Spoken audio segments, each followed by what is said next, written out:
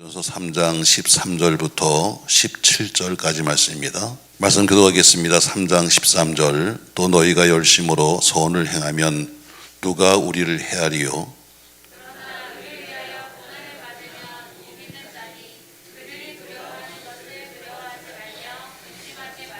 너희 마음에 그리스도를 주로 삼아 거룩하게 하고 너희 속에 있는 소매에 관한 이유를 묻는 자에게는 대답할 것을 항상 준비하되 온유와 두려움으로 하고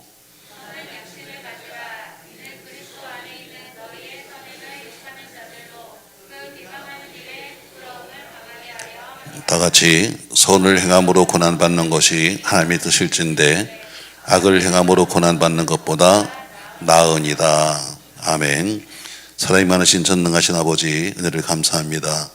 이 밤도 주 앞에 나와 예배하며 특별히 고난 속에서 성도들에게 어떻게 우리가 고난을 이길 것인가에 대해서 베드로는 편지를 쓰고 있습니다. 여러 가지 고난이 있지만 그러나 오늘도 질병으로 지금 응급실에 간 고난 성도도 있습니다.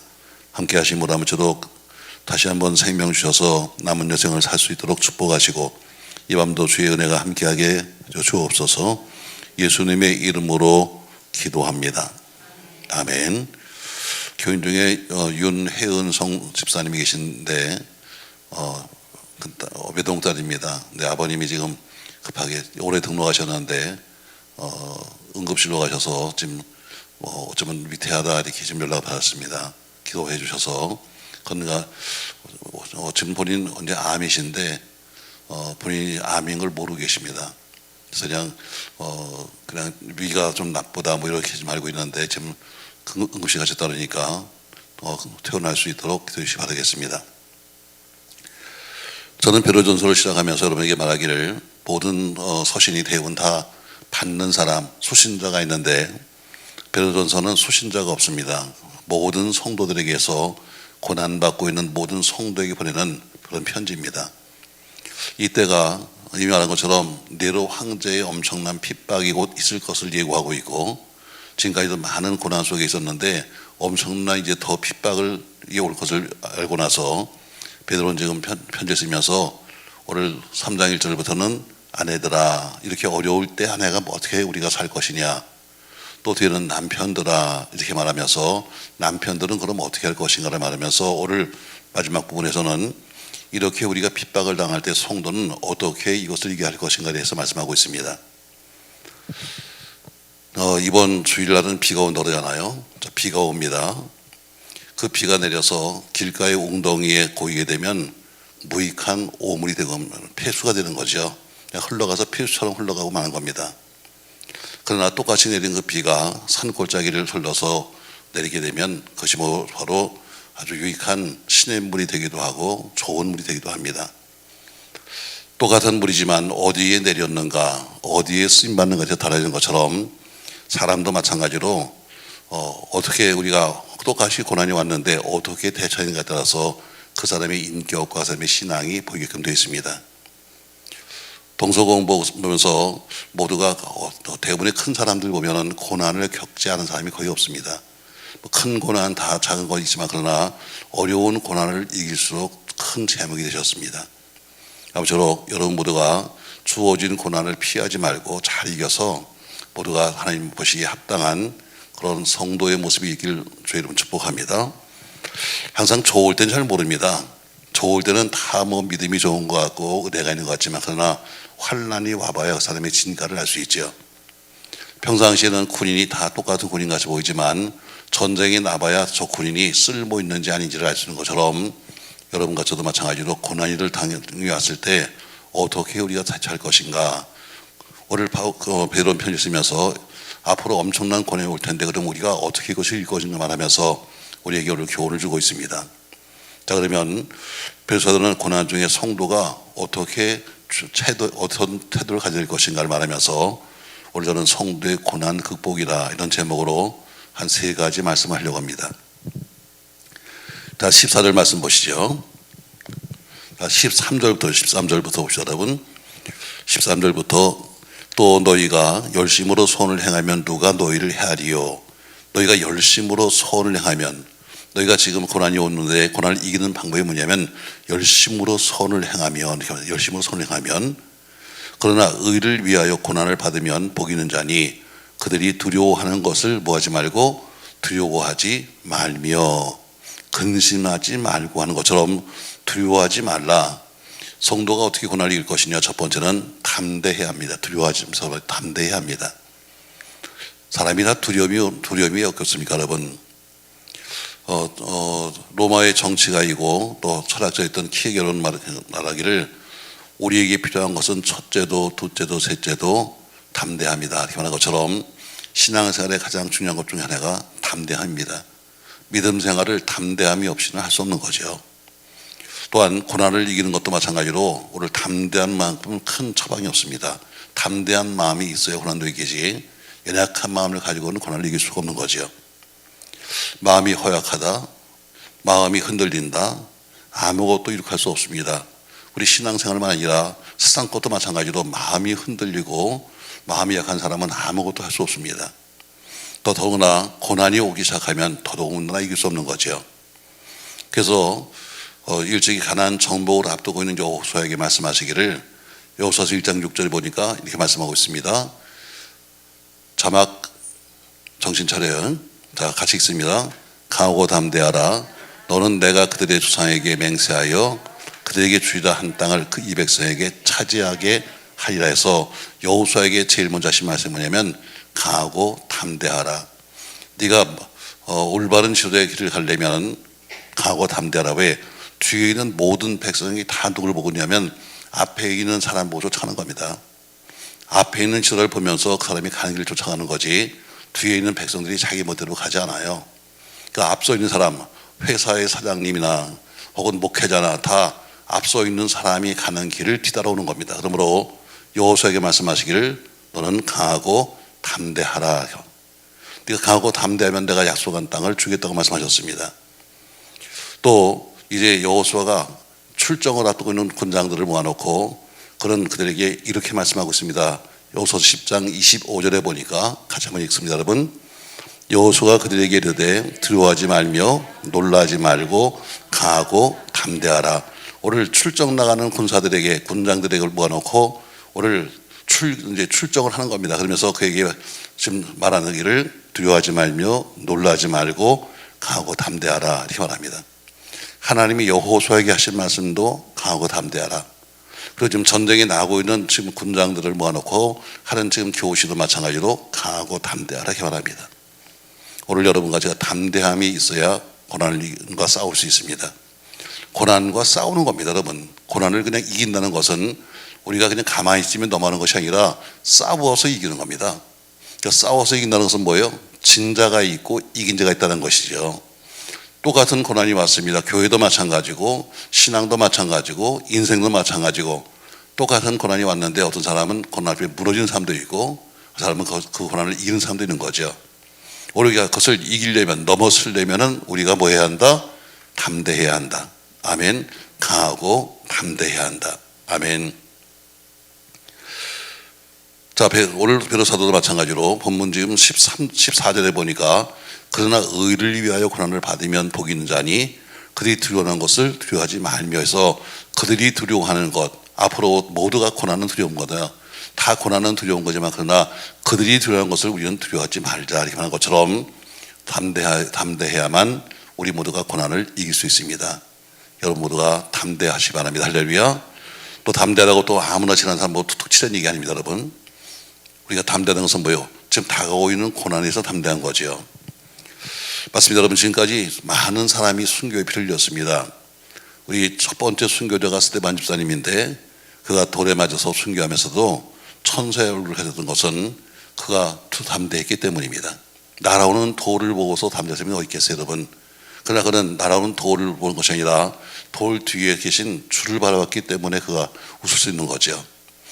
여러분, 고난이 왔다는 것은 고난 뒤에는 고난만 지나가면 반드시 좋은 날이 있다는 겁니다. 아멘. 우리 어려움이 있지만 어려움을 이겨내면 뒤에는 복된 날이 있는 거죠. 그러니까 지금 그것을 보고 우리가 나가는 거지 앞에 있는 고난만을 바라보면 절대로 이길 수 없습니다. 신앙이 뭐냐 여러분 이렇게 해볼게요. 여러분 다시 믿음이 뭐냐. 여러분과 저의 인생에는 이런 태산같이 이렇게 보면 태산 같다면 되나? 이렇게 태산같이 높은 이런 산이 있다고 칩시다. 여러분 믿음이 뭐냐. 믿음은 여기 서서 앞에 있는 태산을 바라보는 게 믿음이 아닙니다. 믿음은 성경은 말합니다. 말씀은 거울이라고 그랬어요. 거울. 말씀의 거울을 어디다 놓냐면 말씀의 거울을 태산 같은 문제 위에 놓는 겁니다. 그리고 앞에는 태산을 보는 것이 아니라 여기는 거울을 통해서 뭘 본다? 말씀을 통해서 태산 뒤에 있는 결과를 보는 겁니다. 이게 믿음입니다, 여러분. 앞에 있는 태산 같은 문제를 보면서 한숨을 푹푹 쉬면서 있는 것이 아니라 분명히 앞에 태산 같은 문제는 있습니다. 여러분과 저에게도 지금 수없이 많은 문제가 있지요. 그러나 문제를 보는 것이 아니라 문제 위에서 말씀을 통해서 약속하신 하나님 말씀을 통해서 말씀은 거울이니까 거울을 통해서 결과를 보는 거예요. 거울은 특징이 있습니다. 반사각이 똑같아요. 어떻게 바라봤냐에 따라서 결과 나오는 것처럼 여러분과 제가 지금 오늘 눈앞에 있는 이 고난, 눈앞에 있는 환난, 눈앞에 있는 어려움을 보고서 지금 한숨 쉴 것이 아니라 약속의 말씀을 믿으면서 내일을 바라보는 담대함. 이게 신앙의 담대함입니다. 소위 다니면서 무슨 좀 떠드는 것이 담대함이 아니라 오늘 약속의 말씀을 믿으면서 고난 뒤에서 역사하시는 하나님을 바라보는 것이 담대함이다. 그러니까 스데반 집사님이 어때요? 날아오는 돌을 보면서 웃었던 것은 돌을 본 것이 아니라 돌 뒤에서 지금 서서 지금 우리를 바라보고 계시는 주를 바라봤기 때문에 그가 웃으면서 돌아가시는 거죠. 폴리갑이 화형을 당했습니다.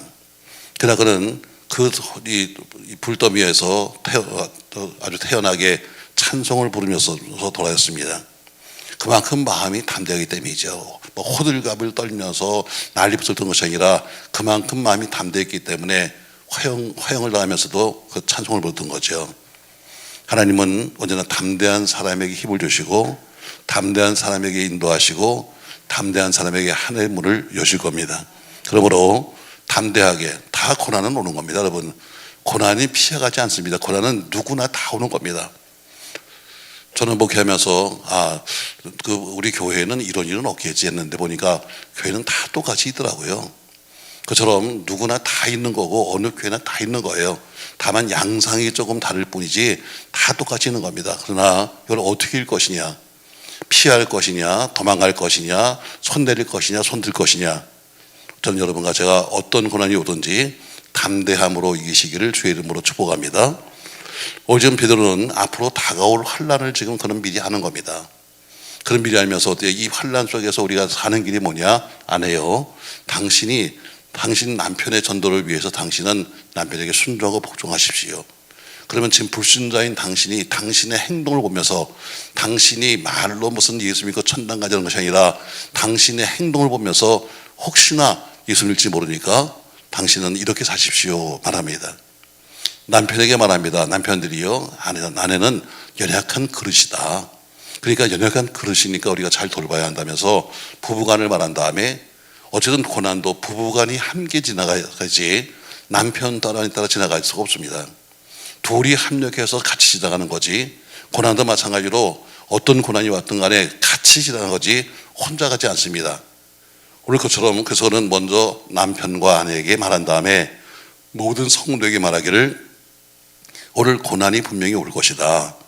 그러면 우리는 어떻게 할 것이냐? 모두가 다 두려워한다. 그러나 우리는 두려워하지 말고 근심하지 말자 하면서 담대하자고 말합니다. 아멘. 자, 두 번째, 이럴 때일수록 어떻게 할 것인가? 15절 말씀 보시죠. 15절 같이 읽습니다. 너희 마음에 그리스도를 주로 삼아 거룩하고 너희 속에 있는 소망에 관한 이유를 묻는 자에게는 대답할 것을 항상 준비하되 온유와 두려움으로 하고 이렇게 말합니다. 과거에 우리 애국지사들이 3.1운동 3.1절이 지났습니다만 조국의 광복을 우리 바라보면서 참 많은 사람이 죽었습니다. 정말 많은 역경도 지나갔고 고난도 극복했습니다. 그처럼 우리 앞에 있었던 우리 조국을 위한 그 애국자들은 조국 광복이라고 하는 목적 때문에 그 결과를 기대하면서 그렇게 많은 사람이 죽어갔지만 우리는 성도는 오직 예수 그리스도 그분을 바라보면서 의에 대한 고난을 극복하는 겁니다. 그러니까 목표가 다르죠. 자, 우리 과거의 구시사들은 광복 때문에 죽었지만 우리는 그것이 아니라 어떤 고난도 예수 그리스도를 바라보면서 이긴다는 겁니다. 그러니까 어려울 때일수록 무엇을 바라볼 것이냐, 어려울 때일수록 우리가 어디를 바라볼 것이냐. 우리는 어려울 때일수록 이 성도는 예수 그리스도를 인생 최고의 중국으로 모시는 겁니다. 그래서 어려울 때일수록 주를 바라보는 거죠. 힘들 때 더 바라보는 겁니다. 우리가 아이들이 혹시 엄마한테 야단을 맞으면 보통 두세 가지 모습이 나옵니다. 자, 엄마가 화를 내면 어떤 애는 엄마 품을 파고듭니다. 이런 건 덜 때리죠. 왜? 지금 야단을 쳤는데 그래도 엄마 품으로 파고드는 놈을 어떻게 때리겠어요? 그러나 두 번째 보면 어때요? 도망가는 놈이 있습니다. 근데 도망가면서 또 그냥 가나요? 내가 뭘 잘못했는데, 내가 이건 쫓아가서 패야 됩니다. 다시 말해, 똑같이 야단을 맞아도 저것을 내가 잘못했든 잘했던 것은 두 번째예요. 근데 하는 행동이 달라지는 거예요. 그처럼 우리도 마찬가지로 우리가 고난이 왔을 때 우리가 어떻게 할 것이냐, 어디를 바라볼 것이냐. 오늘 베드로 말하기를 너희가 고난이 왔을 때일수록 오직 그리스도 예수만 바라봐야 한다 이렇게 말합니다. 세상 바라보면 어렵습니다. 다가오는 고난 바라보면 견딜 수가 없습니다. 장래를 걱정한다면 살 수가 없습니다. 그러니까 넌 힘들 때일수록 어디? 예수 바라봐야 한다. 아멘. 자, 우리 15절 말씀 다시 봐요. 너희 마음에 그리스도를 주로 삼아 거룩하게 하고, 너희 마음에 그리스도를 주로 삼아라. 너희가 힘들 때일수록 올바르게 신앙생활해라. 힘드니까 대충 하려고 하지 말고, 힘드니까 적당히 하려고 하지 말고, 힘드니까 더 올바르게 예수 믿어라 얘기입니다.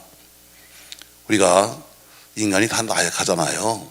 그러니까 위기에 처하면 두려운 거 사실이고, 또 두려우면 뭐예요? 무엇인가 포기하고 싶습니다. 이젠 그만했으면 좋겠다. 내가 혹시 손을 놔버리면 낫지 않을까?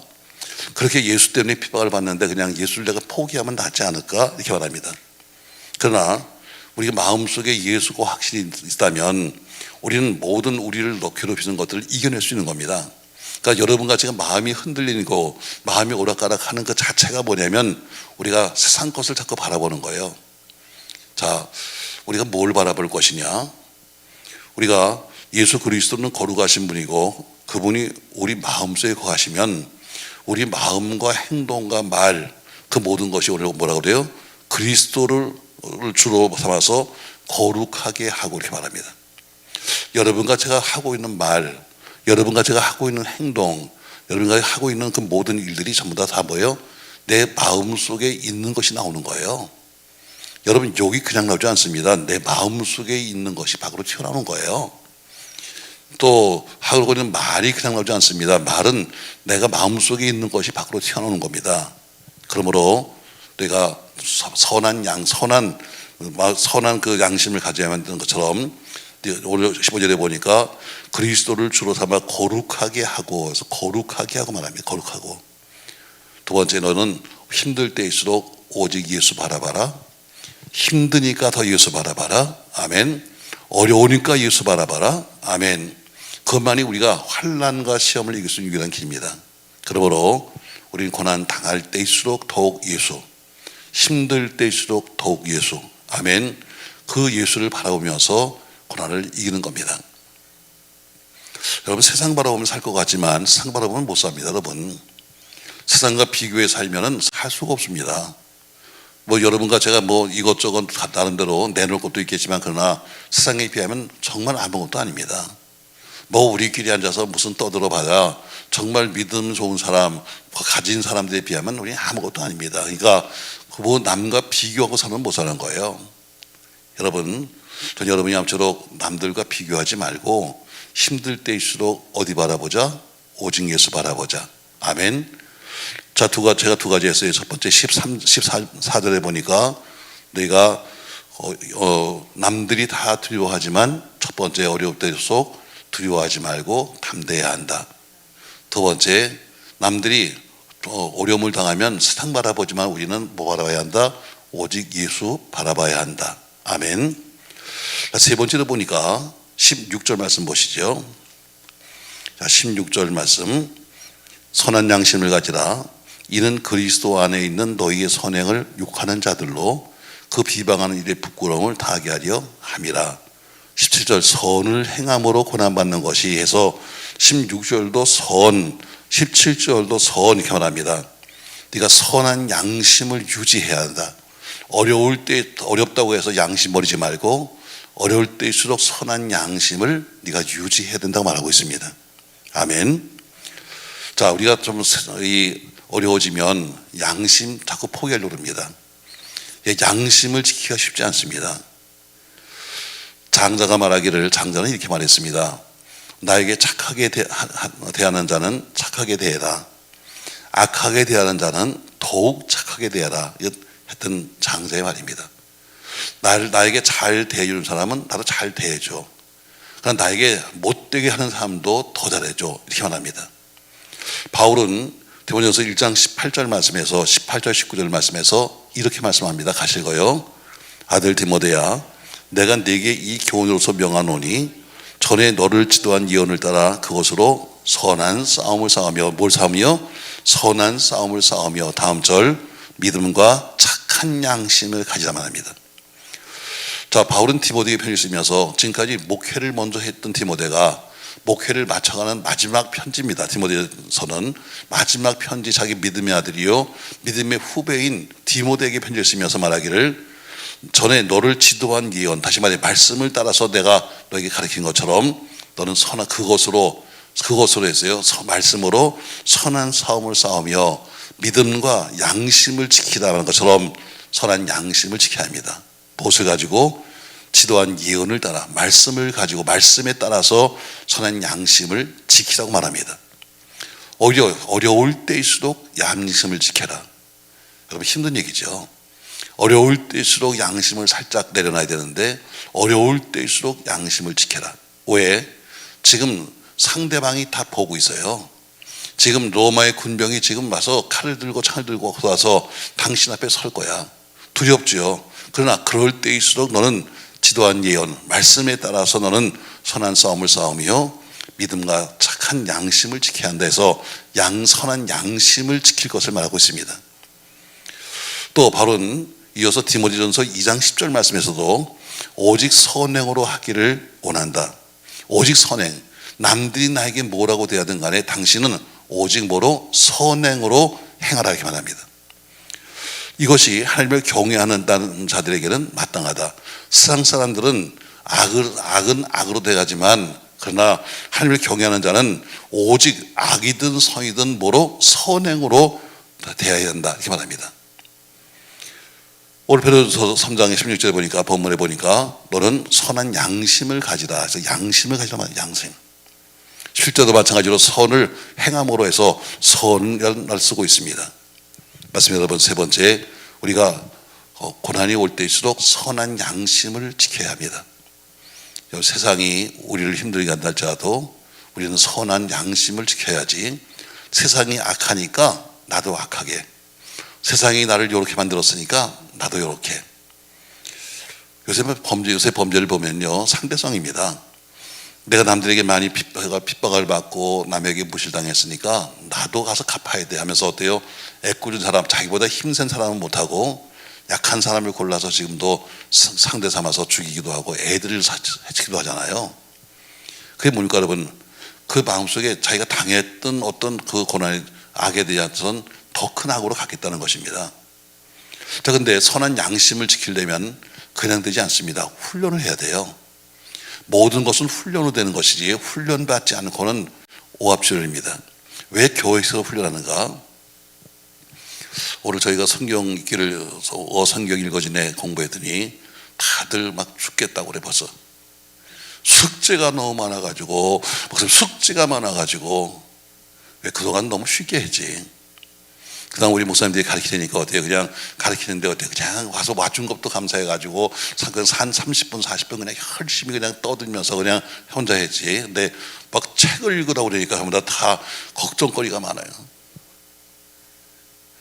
여러분, 공부 세게 한다는 게 뭐예요? 여러분, 좋은 학교는 두 가지예요.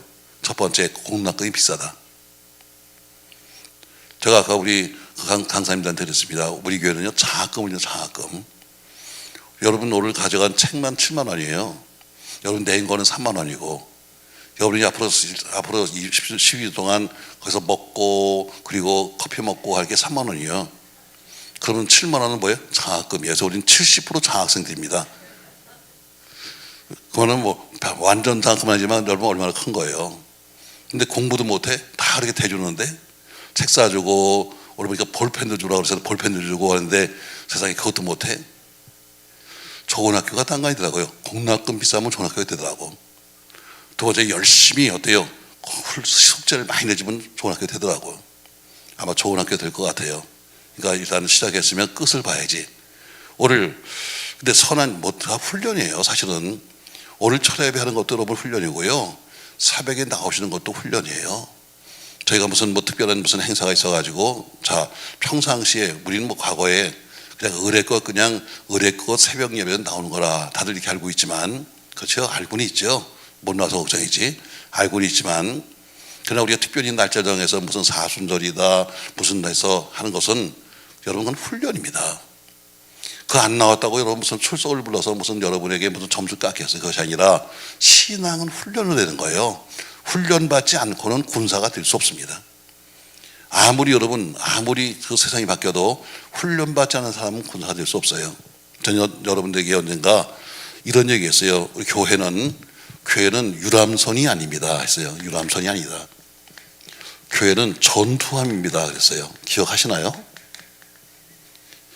교회는 유람선이 아니라 전투함이에요. 유람선이나 전투함이나 똑같은 배입니다.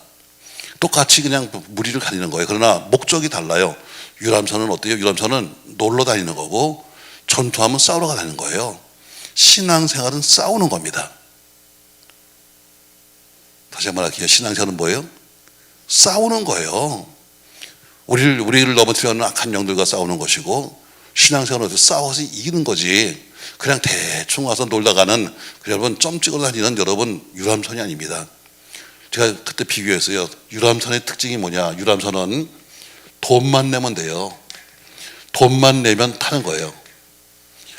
저기서 뭐 얼마 해서 그래서 만 원, 2만 원에서 돈만 내면 그냥 타는 게 유람선입니다. 그러나 전투함은 돈 내도 못 하는 거예요. 이건 뭐예요? 조건이 뭐예요? 훈련받은 자만 타는 거예요. 이게 다른 거예요. 교회는 유람선이 아니에요. 교회는 전투함이에요. 영적 훈련을 받은 사람만 탈 수 있는 거예요. 그냥 만보기엔 다 똑같은 배같이 보이지만 그러나 유람선과 전투함은 어때? 달라요. 타는 사람 승객 자체가 다릅니다. 유람선은 놀러 가기 위해서 탔지만 전투함은 뭐예요? 싸우러 가서 타는 거예요. 교회는 전투함입니다. 아멘이죠 여러분? 자, 우리는 움직이는 게 달라요. 유람선은 어때요? 유람선은 그냥 좋은데 놀기 좋은데 쉬기 좋은데 이런 좋은데 사람 좋은데 이렇게 찾아다니는 거예요. 그러나 전투하면 어때요? 좋은 곳이 아니에요. 명령 따라요. 명령 따라. 오로지 그분의 명령 따라서 다니지 좋은 데라고 해서 여기가 좋대 저기가 좋대 하면서 다니지 않습니다. 자, 똑같은 배지만 그러나 유람선을 전투함으로 만드는 것은 매우 힘듭니다. 구조 자체가 유람선을 전투함을 만들면 뭐 여기다 대포도 놔야죠, 모터 해야죠. 이거 쉽지 않습니다. 그러나 전투함 유람선 바꾸는 건 아주 쉽습니다. 있는 것만 떼어내면 되고 뛰지 않아도 여러분 해외 가보십시오. 여러분 그냥 군함이 그대로 그냥 바다에 가라앉아 가지고 지금 거기 관광지가 하와이도 있잖아요. 황 권사님 보셨죠? 거기는 안 갔나? 자, 그처럼 어때요? 그냥 전투함이지만 어때요? 가라앉은 채로 놔두면 유람선이 될 수 있는 거예요. 안 쓰면 되는 거니까. 그러나 유람선에다가 거기다 대포를 달고 유람선에다가 거기다 뭘 해서 전투함으로 만들기는 쉽지 않은 거예요. 교회가 타락하긴 쉽습니다. 교회가 유람선이 처음에는 다 믿음으로 우리가 교회를 만들어서 정말 세상을 구원시키고 하는 이렇게 시작했지만 금방 어디서 놀러 가자, 먹으러 가자, 쉬러 가자 하면서 유람선 되는 건 금방입니다. 그러나 유람선 된 교회를 전통으로 만드는 것은 쉽지 않습니다. 그만큼 더 많은 훈련이 필요하고 왜? 전부 다 돈만 내면 되는 사람들 전부 다 어때요? 군대로 훈련하는 게 쉽지 않잖아요. 다 가르쳐야 되는데 교회는 전투함입니다. 아멘. 여기 놀러 다니는 곳이 아닙니다. 그냥 오고 싶으면 오고 가고 싶어하는 것이 아니라 그래서 때로는 우리가 훈련하는 거예요. 부흥회도 훈련이에요. 나오기 싫어도 그래도 같은 집안인데 나와주는 거고, 새벽 예배도 어때요? 새벽 예배도 특별히 꼭 나오세요 할 때는 같이 나와주는 거, 이게 훈련이에요. 그러니까 이런 훈련, 그러니까 선한 양심을 갖는다, 이것도 훈련 없이 가질 수가 없습니다. 자, 사도행전 24장 16절에 보니까 이렇게 말씀하고 있어요. 한번 같이 읽습니다, 여러분. 이것으로 말미암아 나도 하나님과 사람에 대하여 항상 양심에 꺼리낌이 없이 기를 힘쓰나이다. 이것으로 말미암아, 이것으로 말미암아. 다시 말해, 신앙 훈련을 통해서 나도 하나님과 내 양심에 꺼리낌이 없기를 바랍니다. 것처럼 양심을 가지려면 훈련해야 한다. 자, 훈련을 받지 못했습니다. 훈련을 받지 못해서 너무 쉽게 고난 중에 무너진 사람 많습니다. 그것을 성경은 뭐라고 하냐면 연약한 양심이라고 해요. 연약한 양심. 자, 고린도서 8장 7절 말씀 보세요. 같이 한번 읽겠습니다. 그러나 이 지식은 모든 사람에게 있는 것이 아니므로 어떤 이들은 지금까지 우상에 대한 습관이 있어 우상의 제물로 알고 먹는 거로 그들의 양심이 약해지고 더러워지리라. 그들의 양심이 약해지고 더러워진다 해서 약한 양심이 있습니다. 이 양심은 뭐예요? 자, 고린도 교회 편지를 쓰면서 그들이 지금까지 우상을 쭉 섬겼어요. 그러니까 우상 섬긴 게 습관이 되었습니다. 그래서 우상 섬긴 게 습관이니까 그냥 습관적으로 우상 앞에 놓았던 제물을 그냥 아무런 꺼리낌 없이 먹었어요. 그러니까 그런 것들 때문에 양심이 약해지고 더러워졌다. 자, 신앙생활을 하면서 알아요. 내가 우상 앞에 놓은 제물을 먹으면 안 되는 거지 하고 알고는 있지만 지금까지 늘 그냥 습관적으로 오랫동안 해왔기 때문에 별 생각 없이 그냥 그것을 먹었다는 거예요. 그러나 이것 때문에, 이렇게 생각 없이 먹은 것 때문에 양심이 약해지고 더러워졌다는 것처럼 훈련을 받지 못해서 고난 중에 쓰러지면은 연약한 양심이라고 불러요. 약한 양심이다. 이 약한 양심은 사람이 나쁜 것이 아니라 훈련을 받지 못했기 때문에 약한 거예요. 그러나 또 연약한 양심이 이제는 죄를 짓습니다. 연약하니까 양심만 무너진 것이 아니라 양심이 무너지면 뭐예요? 죄를 짓습니다. 그것을 뭐라고 하냐면 성경은 더러운 양심인 거래요. 이렇게 말해요. 처음에는 연약한 양심이라. 늘 습관적으로 그냥 하다 보니까 그냥 하고 나서는 아유 내가 잘못했네. 그건 내가 약하기 때문이에요. 근데 연약함이 지나가면 죄를 짓는데 죄를 지으면 뭐예요? 더러운 양심으로 바뀐다는 거예요. 더러운 양심. 자, 디도서 1장 15절 말씀 보세요. 같이 한번 읽겠습니다. 여러분. 깨끗한 자들에게는 모든 것이 깨끗하나 더럽고 믿지 않는 자들에게는 아무것도 깨끗한 것이 없고 오직 그들의 마음과 양심이 더러우니라. 오직 그들의 마음과 양심이 더럽다. 그러니까 연약한 양심이 무너지면서 죄를 지니까 이것은 뭐라고 바뀌냐면 연약한 양심에서 더러운 양심으로. 양심이 그냥 하나가 아니라 한 양심이 자꾸 바뀌어요. 처음에는 그냥 내가 약해서, 처음엔 내가 그냥 잘 몰라서, 처음엔 그냥 내가 실수로 이렇게 되는데 이게 연약한 것이 자꾸 지나가면서 이제 죄를 짓기 시작하는 거예요. 그러면 그 다음에 뭐로 바뀌어요? 더러운 양심으로 바뀌어요. 근데 이게 더 지나가면 뭐 되느냐? 죄를 많이 지어서 선악이 분별이 안 돼요. 이제는 계속해서 죄를 짓다 보니까 선악이 뭔지를 몰라. 그것을 디모데전서 4장 1절에는 이렇게 불러요. 4장 1절은 자기 양심이 화인 맞았다 해서 화인 맞은 양심이라고 불러요. 변하는 거죠. 세 번째는 화인 맞은 양심. 화인 맞은 게 뭐예요? 불 받은 거예요. 불 맞은 거. 여러분, 사람이 불에 튀면 어때요? 감각을 잊어버려요. 처음에는 뜨거워 했는데 완전히 감각 잊어버리면 만져도 뜨거운 걸 몰라. 여러분, 우리가 나병이 왜 무섭다고 그럽니까? 여러분, 나병이 무서운 거는 감각을 잊어버리는 거예요. 손가락이 떨어져도 느끼지를 못해. 코가 무너져도 자기는 몰라. 이게 무서운 거예요. 신앙생활도 마찬가지로 우리가 점점 양심이 변질되기 시작하면 나중에는 죄를 계속 짓다 보니까 죄를 지어도 죄인지 몰라. 그냥 의뢰껏 그냥 그렇게 살아온 건데 남들 다 그렇게 사는 건데 하면서 자꾸 자기를 그렇게 생각하고 있지 죄인지 몰라요. 그러니까 오늘 양심이 자꾸 변해요. 처음에는 그냥 잘 몰라서, 이게 뭐냐면 이건 훈련 부재예요. 훈련을 받지 못했기 때문에 잘 몰라서 지금까지 그냥 의례껏 먹었던 그냥 그 음식, 의례껏 먹었던 그 한 잔 그냥 잘 몰라서, 조는 것도 어디요? 잘 몰라서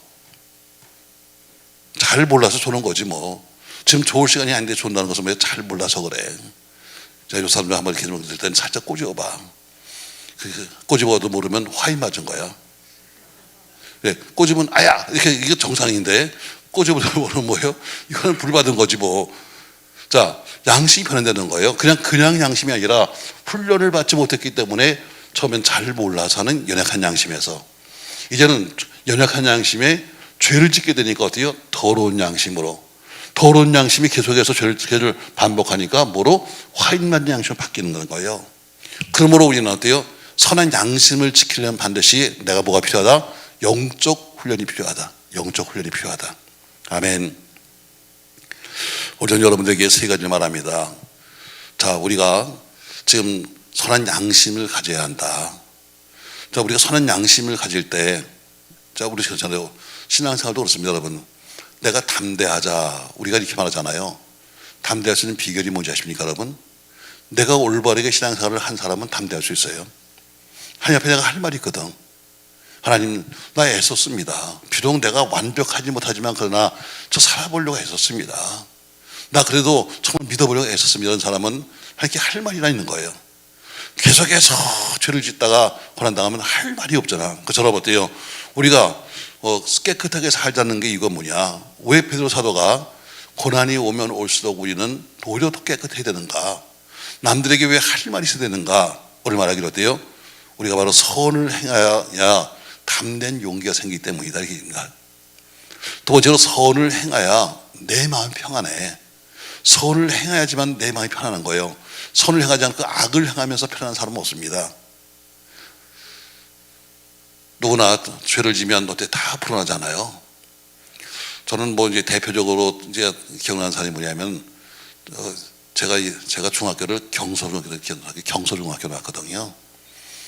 옛날에 이 경서중학교 하면 우리 아들님이 하고 똑같은 윤상이가 있었는데 선생님이 걔를 죽였잖아. 기억 못하죠. 난 내 아들이 이름이라서 기억해. 또 어때요? 난 내 그 학교를 나왔으니까. 체육 선생님이 애 하나를 죽였습니다. 중학교 애를. 그리고 자기 아파트에 감췄어요. 아주 오래전 얘기죠. 그리고 그 수일이 걸려서 나중에 붙잡혔는데, 전 그때 왜 우리 학교의 이야기였었고, 그 다음에 우리 아들과 이름이 똑같으니까. 그래서 이윤상 사건 여러분 치면 나올 거예요. 근데 그 선생님이 잡혀서 제일 먼저 한 소리가 뭔지 아십니까?